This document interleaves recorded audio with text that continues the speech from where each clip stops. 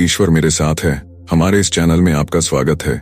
अगर आपने इस वीडियो को अंत तक देखा तो समझो आपने अपने जीवन में एक बड़ा निर्णय ले लिया है, खुद को बचाने का, खुद को बनाने का, खुद को उस दल से बचाने का, जिसके बारे में हम आगे बात करेंगे। तो इसे जरूर शेयर करें ताकि औरों की भी आंखें खुल सकें।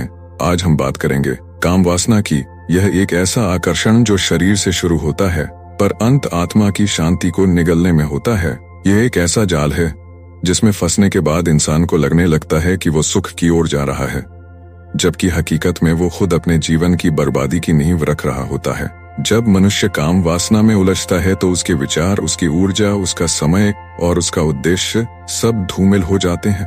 काम की भूख जब नियंत्रण से बाहर होती है तब वो इंसान को उसकी सोच से, उसकी आत्मा से और यहाँ तक कि ईश्वर से भी दूर कर देती है। यह केवल एक शारीरिक आकर्षण नहीं है, यह एक मानसिक जहर है जो धीरे धीरे इंसान के विवेक को खा जाता है।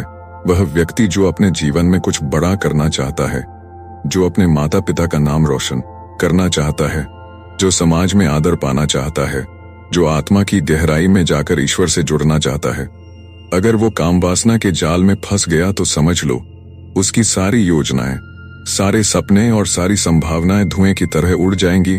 काम वासना इंसान को अंदर से खोखला कर देती है। वह धीरे धीरे अपने आत्मसम्मान को खो देता है, अपने लक्ष्य को भूल जाता है और अपनी आत्मा की आवाज सुनने की ताकत खो देता है। वो केवल शरीर की जरूरतों में उलझ कर रह जाता है। वो समझ नहीं पाता कि जो आनंद उसे क्षण भर के लिए मिल रहा है वह उसके पूरे जीवन की तपस्या को भस्म कर रहा है। आज का युवा सोशल मीडिया और इंटरनेट की दुनिया में जिस प्रकार की उत्तेजक सामग्री देख रहा है वह उसे केवल उत्तेजना नहीं बल्कि आत्मविनाश की ओर ले जा रही है। इन चीजों की आदत इतनी भयानक होती है कि इंसान को खुद को खो देने में देर नहीं लगती। यह एक नशा है, पर शराब या गांजे से भी खतरनाक, क्योंकि ये नशा दिखता नहीं, छुपा होता है। यह भीतर से इंसान को तोड़ता है और जब तक उसे होश आता है तब तक बहुत देर हो चुकी होती है। काम वासना पर अगर समय रहते कंट्रोल नहीं किया गया तो न रिश्ते बचेंगे, न करियर, न आत्मसम्मान और न ही ईश्वर से जुड़ाव। यह केवल शरीर की भूख नहीं है, यह आत्मा की पीड़ा है, क्योंकि आत्मा चाहती है शांति पर शरीर उसे भ्रम में डाल देता है। और जब यह भ्रम बार बार दोहराया जाता है तो वो सच लगने लगता है। इंसान सोचता है कि यही जीवन है, यही सुख है, जबकि असली सुख संयम में है, ब्रह्मचर्य में है, आत्मनियंत्रण में है। जब इंसान अपने विचारों को शुद्ध करता है, जब वो अपनी ऊर्जा को निर्माण में लगाता है, तब वह धीरे धीरे महानता की ओर बढ़ता है। और जब वही ऊर्जा वह शरीर के सुख में बहा देता है तो वह खोखला हो जाता है, उसका चेहरा मुरझा जाता है, उसकी आंखों की चमक खत्म हो जाती है, उसके अंदर की शक्ति समाप्त हो जाती है। जो ऊर्जा उसे किताबों में लगानी थी, जो ध्यान में लगानी थी, जो सेवा में लगानी थी, वो सब बर्बाद हो जाती है। काम वासना की लत एक ऐसी आग है जो धीरे धीरे इंसान के संपूर्ण अस्तित्व को जला देती है और जब तक वह संभलता है तब तक उसकी आत्मा थक चुकी होती है। उसके पास पछतावा रह जाता है, खालीपन रह जाता है और एक गहरा अंधेरा जिसमें रोशनी की कोई किरण नहीं होती। जो लोग कहते हैं कि काम वासना नैसर्गिक है, यह एक सामान्य प्रक्रिया है। उन्हें यह समझना चाहिए कि किसी चीज का प्राकृतिक होना उसे नियंत्रणहीन नहीं बनाता। भोजन भी प्राकृतिक है, पर अगर भूख से ज्यादा खाया जाए तो बीमारी बन जाती है। वैसे ही काम भी प्राकृतिक है, पर अगर उस पर संयम न रखा जाए तो यह मानसिक और आत्मिक बीमारी बन जाती है। जिस इंसान ने काम पर जीत पाली, उसने संसार पर जीत पाली। जिसने ब्रह्मचर्य का व्रत लिया और उसका पालन किया, उसने अपने भीतर की शक्ति को जगाया। जो अपनी काम वासना पर नियंत्रण नहीं रख सकता वो जीवन की किसी परीक्षा में सफल नहीं हो सकता, क्योंकि वही व्यक्ति मजबूत है जो अपने सबसे बड़े आकर्षण को साध ले। संयम का मतलब सप्रेशन नहीं है बल्कि सब्लिमेशन है। अपनी उस ऊर्जा को उच्च कार्यों में परिवर्तित करना है। जब कोई युवा अपनी शक्ति को ध्यान, सेवा, साधना, पढ़ाई, लक्ष्य, ईश्वर, परिवार और आत्मविकास में लगाता है तो वह एक प्रेरणा बन जाता है। पर वही अगर उस शक्ति को मोबाइल में, पोर्न में, गलत संगत में, गलत कल्पनाओं में लगाता है तो वह दिन पर दिन कमजोर, बीमार और दिशाहीन होता जाता है।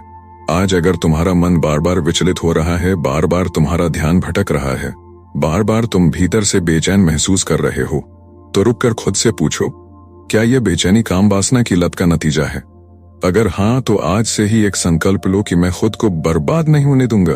मैं इस जहर को पहचानूंगा और इससे बाहर निकलूंगा। मैं अपनी आत्मा की शक्ति को जगाऊंगा और ब्रह्मचर्य के पथ पर चलूंगा। याद रखो, हर बार जब तुम काम की इच्छा को जीतते हो, तुम खुद को थोड़ा और मुक्त करते हो। तुम अपने आत्मबल को थोड़ा और मजबूत करते हो। हर बार जब तुम उस आकर्षण से बचते हो, तुम ईश्वर के और करीब पहुंचते हो। जो भी महापुरुष इस धरती पर आए, उन्होंने ब्रह्मचर्य का पालन किया। चाहे वो विवेकानंद हों, गांधी हों, अर्जुन हों या बुद्ध, सबने काम की शक्ति को आत्मबल में बदला, तभी वे महान बने। आज तुम्हें भी वही करना है, वरना यह संसार तुम्हें भटका देगा। पर तुम्हें तय करना है कि क्या तुम्हें अंधेरे में जाना है या रोशनी की ओर। क्या तुम्हें एक क्षणिक सुख चाहिए या स्थायी आत्मिक शांति। क्या तुम्हें शरीर का गुलाम बनना है या आत्मा का स्वामी। यह निर्णय तुम्हारा है। पर याद रखना, अगर तुमने अभी नहीं संभला तो बाद में पछताना पड़ेगा। तब तुम चाहकर भी खुद को नहीं रोक पाओगे। यह लत तुम्हें उस गहराई में ले जाएगी जहां से वापस आना बेहद मुश्किल होता है। इसलिए अभी रुको, खुद से वादा करो और अपने भीतर के उस राक्षस को मार दो जो बार बार तुम्हें नीचे खींचता है। ब्रह्मचर्य कोई पुरानी सोच नहीं है, यह आज की सबसे बड़ी जरूरत है। अगर तुम सच में सफल होना चाहते हो, सशक्त बनना चाहते हो, समाज में एक पहचान बनाना चाहते हो, तो पहले अपने अंदर की उस अशुद्ध इच्छा पर जीत पाओ। क्योंकि अगर तुम अपने आप को नहीं जीत सकते तो दुनिया में कुछ भी नहीं जीत सकते। संयम ही शक्ति है, ब्रह्मचर्य ही महानता की पहली सीढ़ी है और आत्मनियंत्रण ही आत्मा की शांति का द्वार है। इसलिए आज से, अभी से खुद को संभालो। आंखें बंद करके उस परमात्मा को पुकारो जिसने तुम्हें जीवन दिया है और उससे कहो, प्रभु मुझे मेरी काम वासना पर विजय दो। मुझे मेरी शक्ति को सही दिशा में लगाने की समझ दो। मुझे संयम का वरदान दो और मुझे आत्मा से जुड़ने का अवसर दो। क्योंकि अगर मैंने अभी काम वासना पर कंट्रोल नहीं किया तो सब कुछ खत्म हो जाएगा और मैं वह व्यक्ति नहीं बन पाऊंगा जो बनने के लिए इस धरती पर आया था। इसलिए अब और नहीं, अब मैं संभलूंगा, उठूंगा और अपनी शक्ति को सहेजकर महानता की ओर बढ़ूंगा।